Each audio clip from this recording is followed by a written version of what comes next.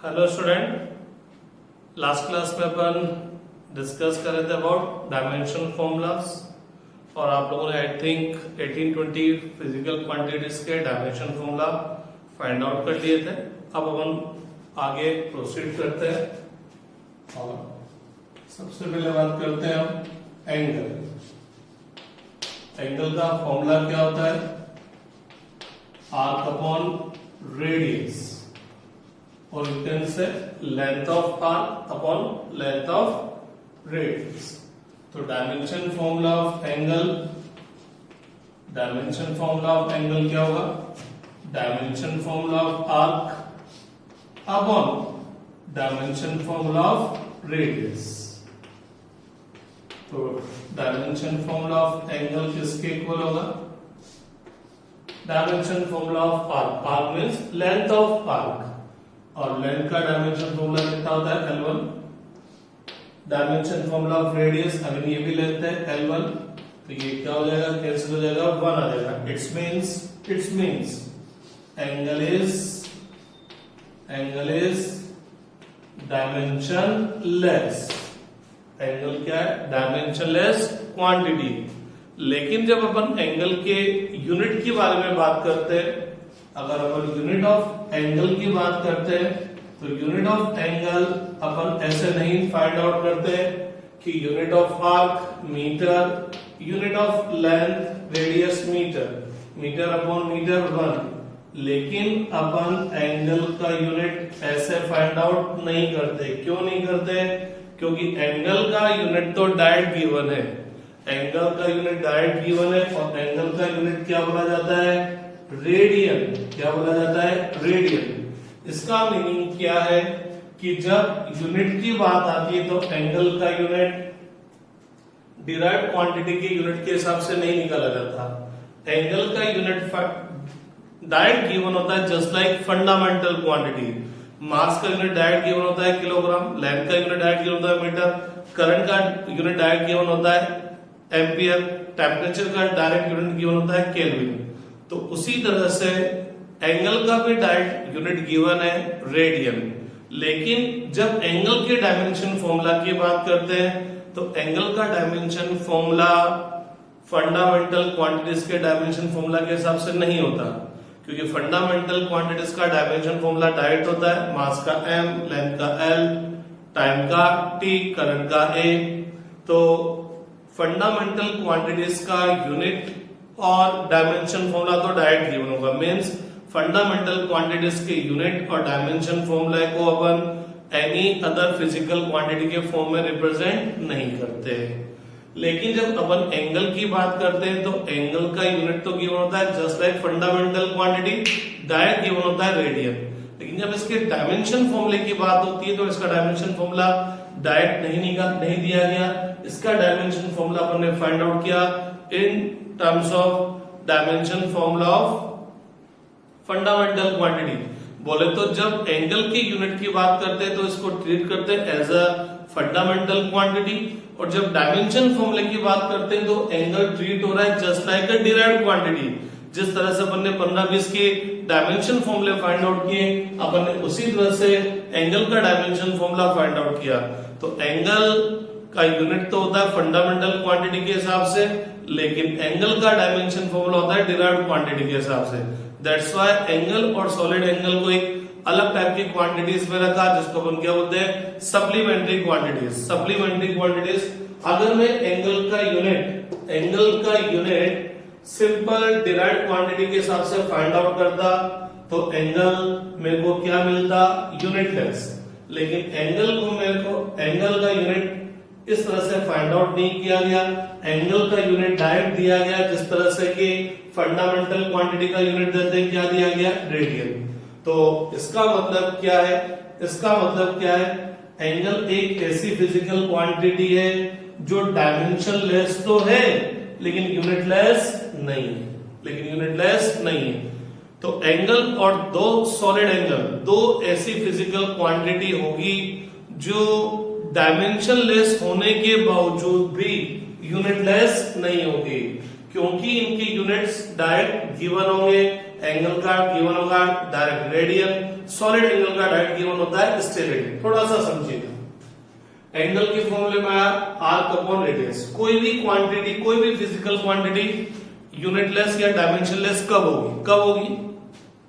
थोड़ा सा गौर फरमा दे। एंगल आर्क अपॉन रेडियस, तो एंगल के फॉर्मूले में न्यूमरेटर में लेंथ आ रहा है, आर्क बोले तो लेंथ, डिनोमिनेटर में भी लेंथ आ रहा है, बोले तो जो फिजिकल क्वांटिटी न्यूमरेटर में वही डिनोमिनेटर में।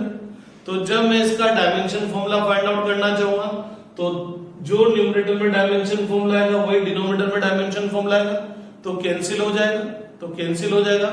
इसका मतलब कोई भी क्वांटिटी डायमेंशनलेस कब होगी? कि जब न्यूमरेटर में जो फिजिकल क्वांटिटी है डिनोमिनेटर में भी वही फिजिकल क्वांटिटी है। तो इस तरह को बोलते हैं प्योर रेशियो।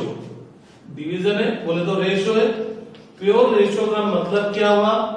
न्यूमरेटर और डिनोमिनेटर में एक ही टाइप की फिजिकल क्वांटिटी होगी, और जब न्यूमरेटर और डिनोमिनेटर में एक ही टाइप की फिजिकल क्वांटिटी होगी तो जो यूनिट ऊपर वही यूनिट नीचे, जो डायमेंशन फॉर्मूला ऊपर वही डायमेंशन फॉर्मूला नीचे, तो ये यूनिट और डायमेंशन फॉर्मूला एक दूसरे से क्या हो जाएंगे? कैंसिल।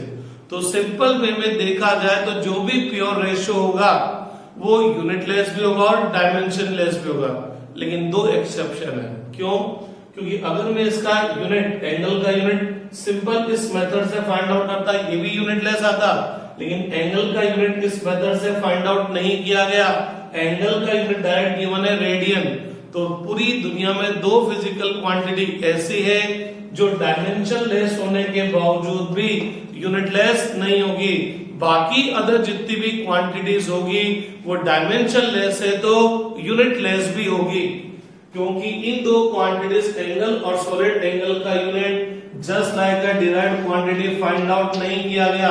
अगर मैं इसका यूनिट डिराइव्ड क्वांटिटी के हिसाब से फाइंड आउट करता तो एंगल भी क्या था? यूनिटलेस आता, लेकिन ऐसे नहीं निकाला गया। एंगल का unit just like a fundamental quantity बोला गया, बोले तो रेडियन बोला गया। तो supplementary quantities are those quantities which are unitless, which are dimensionless, but these quantities has units. Angle radian, solid angle steradian. बाकी इन दो क्वांटिटीज को छोड़कर अगर कोई क्वांटिटी डायमेंशनलेस आई है तो वो यूनिटलेस भी होगी, क्योंकि डायमेंशनलेस फिजिकल क्वांटिटी होगी कब? जब उस फिजिकल क्वांटिटी के फॉर्मूले में जो फिजिकल क्वांटिटी न्यूमरेटर में आएगी वही डिनोमिनेटर में आएगी, तो वो सेम टाइप ऑफ क्वांटिटी का रेशियो होगा, तभी क्या होगा? वो डायमेंशनलेस होगा। और जब वो डायमेंशनलेस होगा तो जो यूनिट ऊपर वो यूनिट नीचे, तो वो यूनिटलेस भी होगा except angle and solid angle. Last class में अपन लोगों ने एक चीज पढ़ी थी, स्ट्रेन। स्ट्रेन क्या था? Change in length upon initial length. तो स्ट्रेन के फॉर्मूले में क्या है? क्या है? न्यूमरेटर में भी लेंथ, डिनोमिनेटर में भी लेंथ, तो जो डायमेंशन फॉर्मूला ऊपर वही नीचे, L1 L1 कैंसिल, जो यूनिट ऊपर मीटर नीचे भी वही यूनिट, मीटर मीटर कैंसिल। तो स्ट्रेन डायमेंशनलेस भी है और स्ट्रेन यूनिटलेस भी है, क्योंकि स्ट्रेन का कोई स्पेशल यूनिट गिवन नहीं हुआ। अगर एंगल का भी स्पेशल यूनिट गिवन नहीं होता तो एंगल भी क्या होता? यूनिटलेस हो गया। तो दुनिया में केवल दो ही फिजिकल क्वांटिटी ऐसी है जो डायमेंशनलेस होने के बावजूद भी क्या होगी?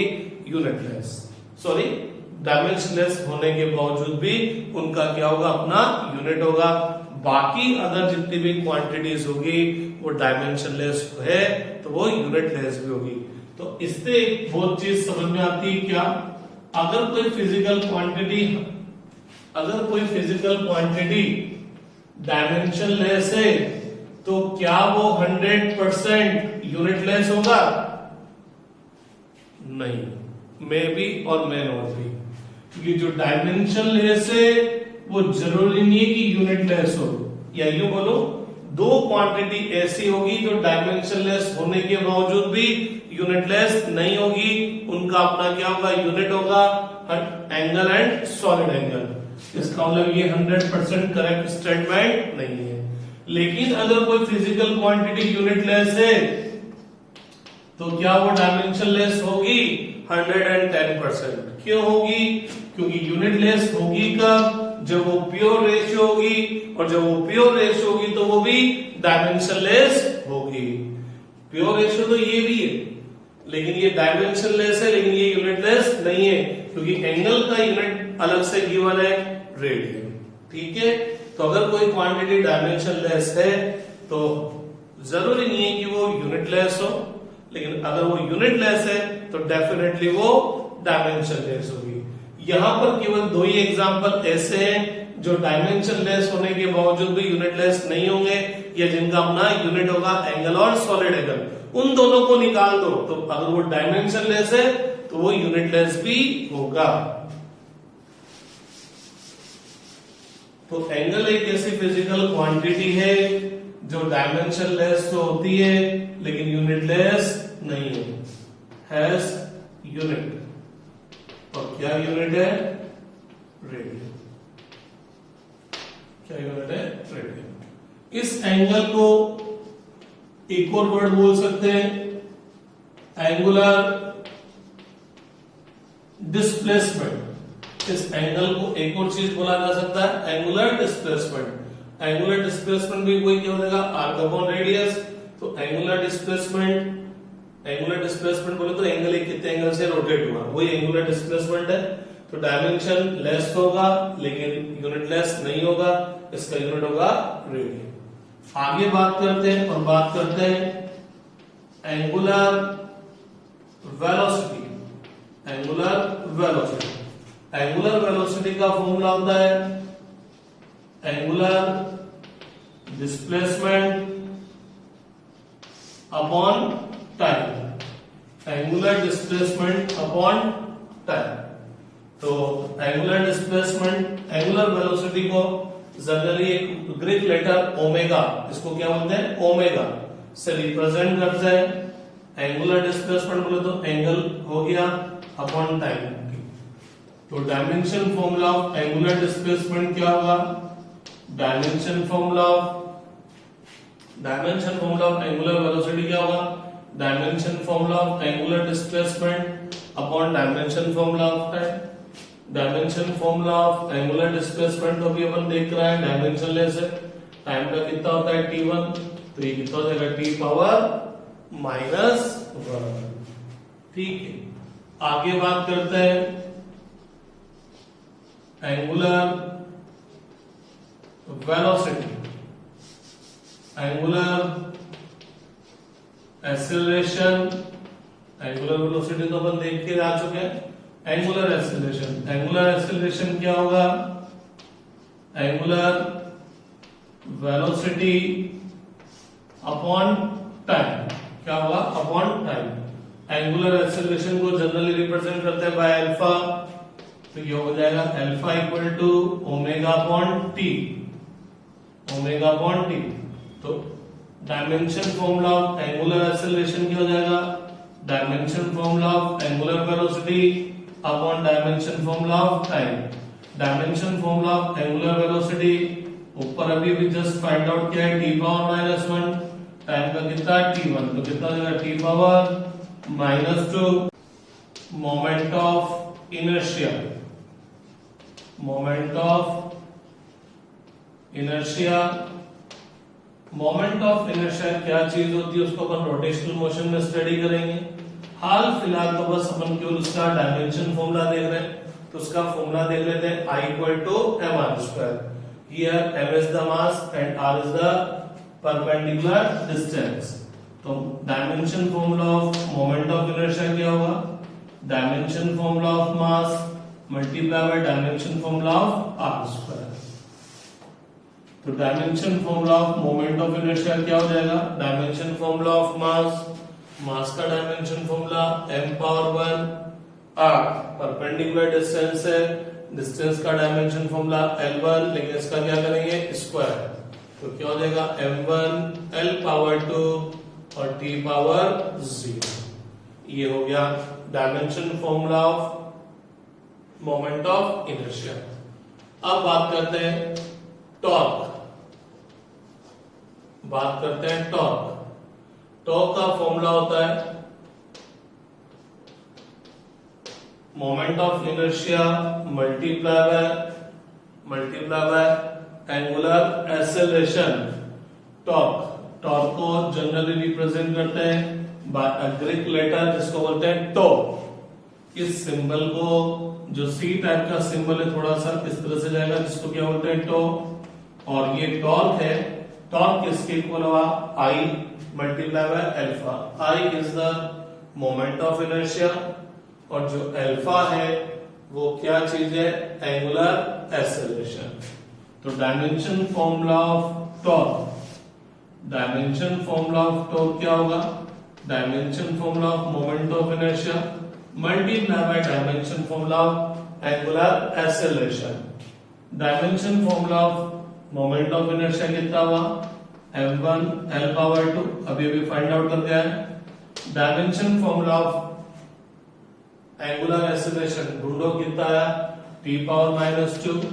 तो dimension formula of torque, dimension formula of torque कितना आएगा, m1 l2 t पावर -2। अरे ये क्या हुआ, अरे ये क्या हुआ, डायमेंशन फॉर्मूला ऑफ टॉर्क तो किसके इक्वल आ गया, डायमेंशन फॉर्मूला ऑफ वर्क, बोले तो डायमेंशन फॉर्मूला ऑफ एनर्जी।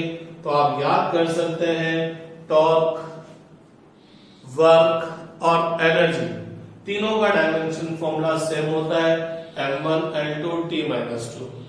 ये जो फॉर्मूले मैंने अभी लिखे इन फॉर्मूले को अपन याद कर सकते हैं बहुत इजी वे में। जब अपन थोड़ी फिजिक्स आगे स्टार्ट करेंगे तो वहां देखेंगे दो टाइप का मोशन होता है। अब मैं जो पढ़ा रहा हूँ समझ में आया तो ठीक, नहीं तो भूल जाना क्योंकि डिटेल में अपन पढ़ने वाले हैं। दो टाइप का मोशन होता है, एक होता है लीनियर मोशन जिसको ट्रांसलेशनल मोशन कहते हैं, जिसमें बॉडी एक जगह से दूसरी जगह ट्रेवल करती है। जैसे मैं चल रहा हूं एक जगह से दूसरी जगह। और एक मोशन ऐसा होता है जिसमें बॉडी चलती नहीं है, एक एक्सिस के अबाउट रोटेट होती है, जैसे फैन, या चलिए मैं ऐसे रोटेट हो जाता हूं। तो इस टाइप का जो मोशन होता है उसको अपन बोलते हैं रोटेशनल मोशन। क्या बोलते हैं, रोटेशनल मोशन। तो ट्रांसलेशनल मोशन में बॉडी एक जगह से दूसरी जगह गई और रोटेशनल मोशन में बॉडी क्या होगी, रोटेशनल मोशन में बॉडी क्या होगी, एक ही जगह पर इस तरह से रोटेट होगी, एक ही जगह पर इस तरह से रोटेट होगी। तो क्या होगा, ट्रांसलेशनल मोशन में बॉडी यहां से आ गया तो यहां से यहां तक का जो डिस्टेंस है उसको बोलते हैं लीनियर डिस्प्लेसमेंट, जिसको अपन सिंपल डिस्प्लेसमेंट बोल देते हैं। ट्रांसलेशनल मोशन में जो वेलोसिटी होती है वो क्या होती है, डिस्प्लेसमेंट अपॉन टाइम। एक्सेलरेशन क्या होता है, change in velocity upon time. Translational motion में एक आता है फोर्स जिसकी वजह से बॉडी मूव करती है, ठीक है। ट्रांसलेशनल मोशन में एक और चीज आती है मोमेंटम, क्वांटिटी ऑफ मोशन जिसको बोलते हैं मास मल्टीप्लाई बाय वेलोसिटी। इसी तरह से जब कोई बॉडी रोटेट करती है, जब कोई बॉडी रोटेट करती है, यहां से चौक घूम के यहां पर आ गई तो चौक कितने एंगल से रोटेट हुई, थीटा से। तो जब ट्रांसलेशनल मोशन और रोटेशनल मोशन दोनों को कंबाइन करते हैं तो पता लगता है जो चीज ट्रांसलेशनल मोशन में डिस्प्लेसमेंट है वो चीज रोटेशनल मोशन में एंगुलर डिस्प्लेसमेंट है। जो चीज ट्रांसलेशनल मोशन में लीनियर वेलोसिटी है वो चीज रोटेशनल मोशन में एंगुलर वेलोसिटी है। जो चीज ट्रांसलेशनल मोशन में एक्सेलरेशन है वो चीज रोटेशनल मोशन में एंगुलर एक्सेलरेशन है। जो चीज ट्रांसलेशनल मोशन में फोर्स है वो चीज रोटेशनल मोशन में टॉर्क है। मींस खिसकाने के लिए, चलाने के लिए, बॉडी को एक जगह से दूसरी जगह ले जाने के लिए फोर्स की रिक्वायरमेंट होती है। उसी तरह से बॉडी को रोटेट करने के लिए किसकी रिक्वायरमेंट होती है, टॉर्क की। जो चीज ट्रांसलेशनल मोशन में लीनियर मोमेंटम है जिसको अपन सिंपल मोमेंटम बोलते हैं, वो चीज रोटेशनल मोशन में क्या है, एंगुलर मोमेंटम। अब आप देखिए ये जो वेलोसिटी होती है, वेलोसिटी का क्या फॉर्मूला आता है, डिस्प्लेसमेंट अपॉन टाइम। तो एंगुलर वेलोसिटी का क्या फॉर्मूला आ जाएगा, एंगुलर डिस्प्लेसमेंट अपॉन टाइम। बोले तो s की जगह क्या आ जाएगा, थीटा। लीनियर एक्सेलरेशन जिसको अपन सिंपल एक्सेलरेशन बोलते हैं, change in velocity upon time होता है। तो एंगुलर एक्सेलरेशन क्या हो जाएगा, change in angular velocity upon time हो जाएगा। ठीक है। अब एक और चीज, क्या चीज, जो चीज ट्रांसलेशनल मोशन में मास होता है वही चीज रोटेशनल मोशन में क्या होता है, मोमेंट ऑफ इनर्शिया। जब अपन Newton's laws of motion chapter study करेंगे तब अपन देखेंगे मास का क्या इंपॉर्टेंस होता है, वो अपन बाद में समझेंगे। अभी तो बस यूं समझ लो जो चीज वहां एम है वो चीज यहाँ आई। तो वहां पर अपन ने फोर्स का फॉर्मूला देखा था, क्या देखा था, मास मल्टीप्लाई बाय एक्सेलरेशन। तो जो चीज रोटेशनल मोशन, जो चीज ट्रांसलेशनल मोशन में फोर्स है वो चीज रोटेशनल मोशन में क्या है, टॉर्क। जो चीज ट्रांसलेशनल मोशन में मास है रोटेशनल मोशन में क्या है, आई, मोमेंट ऑफ इनर्शिया। जो चीज ट्रांसलेशनल मोशन में एक्सेलरेशन है वो चीज रोटेशनल मोशन में क्या है, एंगुलर एक्सेलरेशन। तो टो का फॉर्मूला आ गया I alpha. Similarly P equal to mv, momentum equal to mass multiply by velocity. तो जो इंपोर्टेंस ट्रांसलेशनल मोशन में मोमेंटम की है वही चीज रोटेशनल मोशन में क्या है, एंगुलर मोमेंटम। जो चीज ट्रांसलेशनल मोशन में मास है वो चीज रोटेशनल मोशन में क्या है, मोमेंट ऑफ इनर्शिया।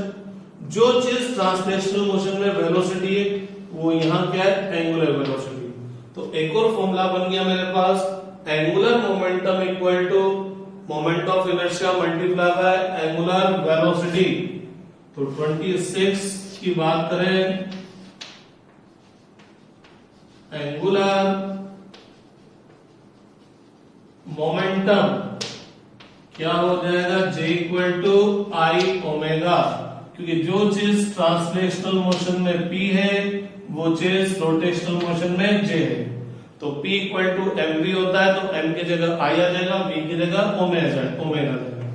तो dimension formula of angular momentum क्या होगा, dimension formula of moment of inertia, और ये रहा dimension formula of moment of inertia m1 n2 multiply by dimension formula of angular velocity.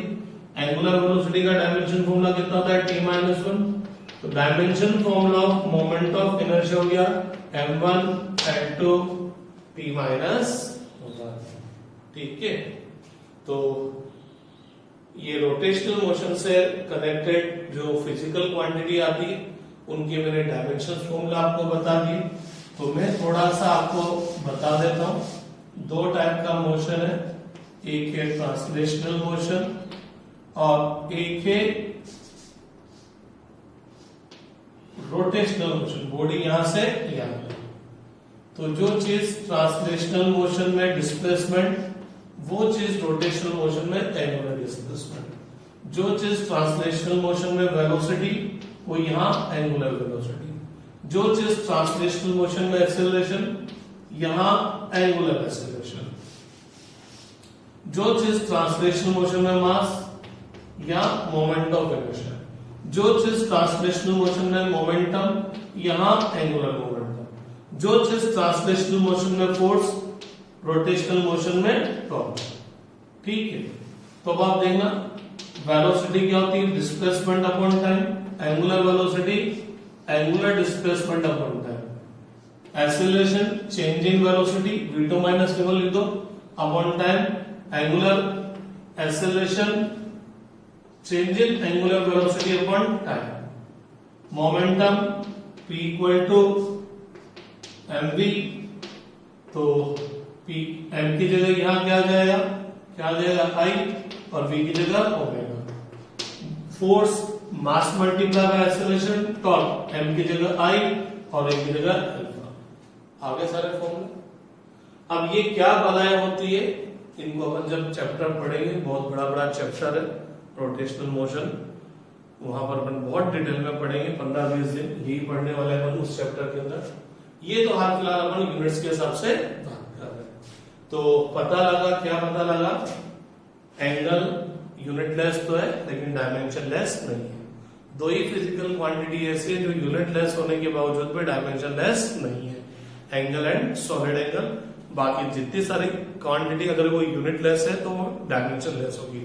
Means मैं बोल सकता हूं अगर कोई क्वांटिटी डायमेंशनलेस है तो दो क्वांटिटी को छोड़कर बाकी सब यूनिटलेस होगी, लेकिन अगर कोई क्वांटिटी यूनिटलेस है तो डेफिनेटली वो क्या होगी, डायमेंशनलेस होगी। टॉर्क का डायमेंशन फॉर्मूला है m1 into T minus two, तो टॉर्क, वर्क और एनर्जी इनका डायमेंशन फॉर्मूला क्या होता है भैया, सेम होता है।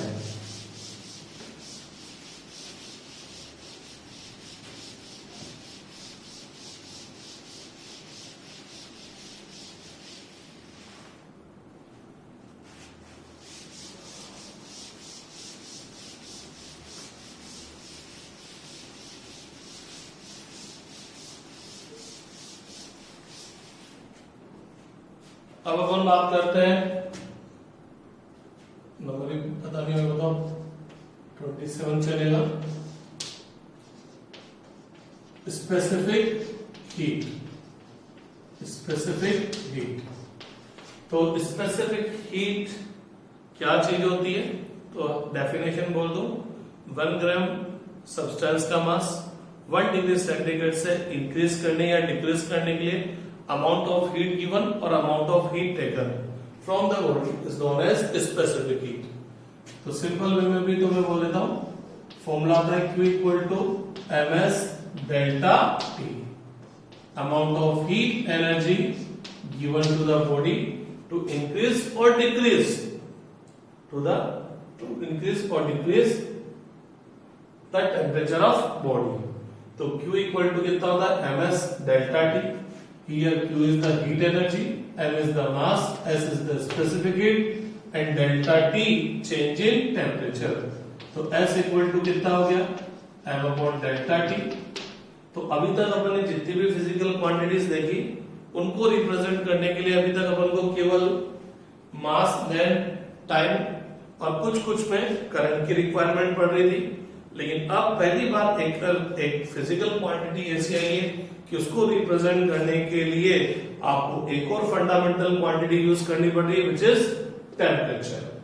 तो डायमेंशन फॉर्मूला ऑफ स्पेसिफिक क्या होगा, dimension formula of heat energy upon dimension formula of mass multiply by dimension formula of change in temperature. तो dimension formula of heat energy चाहे कोई सी भी हो, dimension formula m1 L2 T minus 2 होगा, dimension formula of mass m1 होगा, delta T को थोड़ा सा डिस्कस कर लें। आप जब किसी बॉडी को एनर्जी देंगे तो नो डाउट उसका टेम्परेचर इंक्रीज होगा। तो डेल्टा टी क्या है, चेंज इन टेम्परेचर बोले तो final temperature minus initial temperature. तो डेल्टा टी क्या है, T2 माइनस T1। टेम्परेचर में से टेम्परेचर सब्ट्रैक्ट करेंगे तो कौन सी फिजिकल क्वांटिटी ऑब्टेन होगी, टेम्परेचर ही होगी। It's means delta T temperature ही है, और डेल्टा टी टेम्परेचर है तो dimension formula of temperature. Different books वाले टेम्परेचर का डायमेंशन फॉर्मूला थोड़ा डिफरेंट राइट करते हैं। कुछ टेम्परेचर का डायमेंशन फॉर्मूला थीटा से रिप्रेजेंट करते हैं और कुछ बुक्स कैपिटल के से रिप्रेजेंट करते हैं। मींस जो इसका यूनिट है वही उसी इसको डायमेंशन फॉर्मूला को रिप्रेजेंट करते हैं। तो मेरी प्रैक्टिस के से रिप्रेजेंट करने की है, तो मैं डायमेंशन फॉर्मूला ऑफ टेम्परेचर किससे रिप्रेजेंट करूंगा, के से। ये केल्विन नहीं है, यूनिट होता है केल्विन, ये तो सिंपल के। जिस तरह से ये m है, unit of mass, unit of length, unit of time. ये सेकंड नहीं है, ये मीटर नहीं है, ये किलोग्राम नहीं है। उसी तरह से ये के क्या है, यूनिट ऑफ टेम्परेचर। अब आप केल्विन लें, डिग्री सेंटीग्रेड ले, फ़ारेनहाइट ले, वो आपकी इच्छा है। तो डायमेंशन फॉर्मूला ऑफ टेम्परेचर किससे रिप्रेजेंट करेंगे, के से। m से m कैंसिल हो गया, तो ये कितना हो गया, m power 0, l power 2, t power -2, k power -1। आगे बढ़ते हैं और बात करते हैं universal gravitational constant, universal gravitational constant, और इसको रिप्रेजेंट करते हैं भैया किससे, कैपिटल G से। तो आप लोगों ने शायद 9th क्लास में पढ़ा होगा, अकॉर्डिंग टू न्यूटन साहब, in universe every body attract another body. तो लेट अस सपोज हियर ये दो बॉडीज हैं जिनके बीच का डिस्टेंस कितना है, r। तो according to Newton's laws of gravitation क्या होता है, gravitational force between these two bodies F equal to कितना होता है m1 m2 g m1 m2 upon r square. तो gravitational force between two bodies क्या हुआ g m1 m2 upon r square. ये m1 m2 इन दोनों बॉडीज के मास है, r इनके बीच की डिस्टेंस है। तो g इक्वल टू कितना हो गया F multiply by r square upon m1 multiply by m2। तो dimension formula of universal gravitational constant क्या होगा, dimension formula of force multiply by dimension formula of r square upon dimension formula of m1 multiply by dimension formula of m2। तो dimension formula of universal gravitational constant क्या हो जाएगा, dimension formula of force क्या होता है m1 L1 t-2। ये क्या हो जाएगा L स्क्वायर, अरे इसका L1 तो स्क्वायर है तो L स्क्वायर। मास का dimension formula m power 1, m2 भी मास है m पावर 1, इससे ये कैंसिल हो गया। तो dimension formula of universal gravitational constant कितना हो जाएगा m पावर -1, ये तो कैंसिल हो गया तो पड़ेगा तो m पावर -1 L पावर 3 और क्या हो जाएगा t पावर -2। तो ये हो जाएगा dimension formula of universal gravitational constant. अब अपन थोड़ा सा और आगे बढ़ते हैं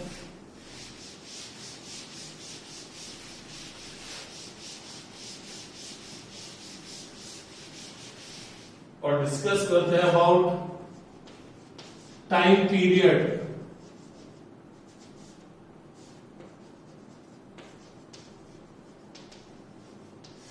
टाइम पीरियड, तो टाइम पीरियड होता क्या चीज है। For example a particle is moving on circular path, a particle is moving on circular path. तो for this circular motion time period क्या होगा, time taken by the particle to complete one revolution. Time taken by the particle, time taken by the particle to complete one revolution is known as time period. तो time period क्या चीज है, इस particle को एक revolution करने में जो टाइम लगेगा। तो टाइम पीरियड क्या चीज है, टाइम आया। लेट अस सपोज ये 10 सेकंड में अपना एक रिवॉल्यूशन एक चक्कर पूरा कर लेती है, तो टाइम पीरियड कितना आएगा 10 सेकंड। आपकी जो अर्थ है वो सन के अराउंड क्या कर रही है, रिवॉल्व कर रही है। तो टाइम पीरियड ऑफ अर्थ कितना बोलते हैं, कितने टाइम में अपना एक रिवॉल्यूशन कंप्लीट कर लेती है, 365 डेज।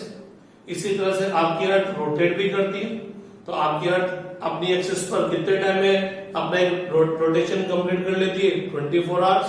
तो अर्थ के पास दो टाइप की मोशन होता है, एक तो अर्थ अपनी जगह पर रोटेट होता है, लेकिन रोटेट होने के साथ साथ वो आगे भी बढ़ता जाता है और सन के चारों तरफ चक्कर भी लगाता है।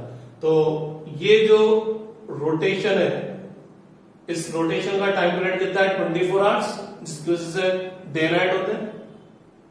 और वो सन के अराउंड रिवॉल्व करती है, जिसका टाइम पीरियड कितना होता है 365 डेज, जिसकी वजह से सीजन आते हैं, विंटर समर्स रेनी सीजन आते हैं।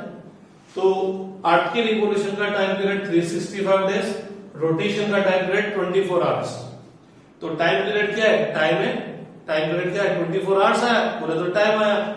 और जब टाइम पीरियड टाइम आया तो टाइम पीरियड का डायमेंशन फॉर्मूला क्या होगा, t1, क्योंकि टाइमिंग तो है ये, इसका डायमेंशन फॉर्मूला क्या हो जाएगा, क्या हो जाएगा भैया t1। अब बात करते हैं next physical quantity, frequency. Frequency क्या होती है, फ्रीक्वेंसी क्या होगी, number of revolution in 1 second. तो अगर पार्टिकल ये सर्कुलर पाथ पे मूव कर रहा है तो फ्रीक्वेंसी ऑफ सर्कुलर मोशन क्या होगा कि 1 सेकंड में ये कितने रिवॉल्यूशन, कितने चक्कर लगा लेता है। तो let us suppose if a particle is moving on circular path and it's time period is t, तो इन t सेकंड कितने चक्कर लगाएगा। टाइम पीरियड का मतलब ही क्या है, टाइम पीरियड का मतलब ही क्या है, एक चक्कर कंप्लीट करने में जो टाइम लगा। तो t सेकंड में कितने रिवॉल्यूशन कंप्लीट कर लेगा 1, तो 1 सेकंड में कितने रिवॉल्यूशन कंप्लीट कर लेगा 1/t। तो number of revolution in 1 second is called frequency. तो 1 सेकेंड में कितने रिवोल्यूशन कंप्लीट किए 1/t, तो फ्रीक्वेंसी किसकी इक्वल हो गया 1/t के। तो डायमेंशन फॉर्मूला ऑफ फ्रीक्वेंसी क्या होगा 1 का डायमेंशन फॉर्मूला तो 1 और टाइम पीरियड का डायमेंशन फॉर्मूला t1, तो कितना हो गया t पावर -1। आगे प्रोसीड करते हैं और बात करते हैं प्लैंक कांस्टेंट। प्लैंक कांस्टेंट इसको जनरली रिप्रेजेंट करते हैं s से। तो पता लगता है, क्या पता लगता है, प्लैंक साहब ने बोला कि किसी भी बॉडी से, प्लैंक साहब ने बोला किसी भी बॉडी से जो हीट एनर्जी रेडिएट होती है वो एनर्जी के छोटे छोटे स्मॉल पैकेट्स के फॉर्म में रेडिएट होती है, जिनको क्या बोलते हैं फोटोन। और हर फोटोन की जो एनर्जी होती है वो होती है E = h nu. E = h nu. तो energy of each photon, energy of each photon क्या होती है h न्यू।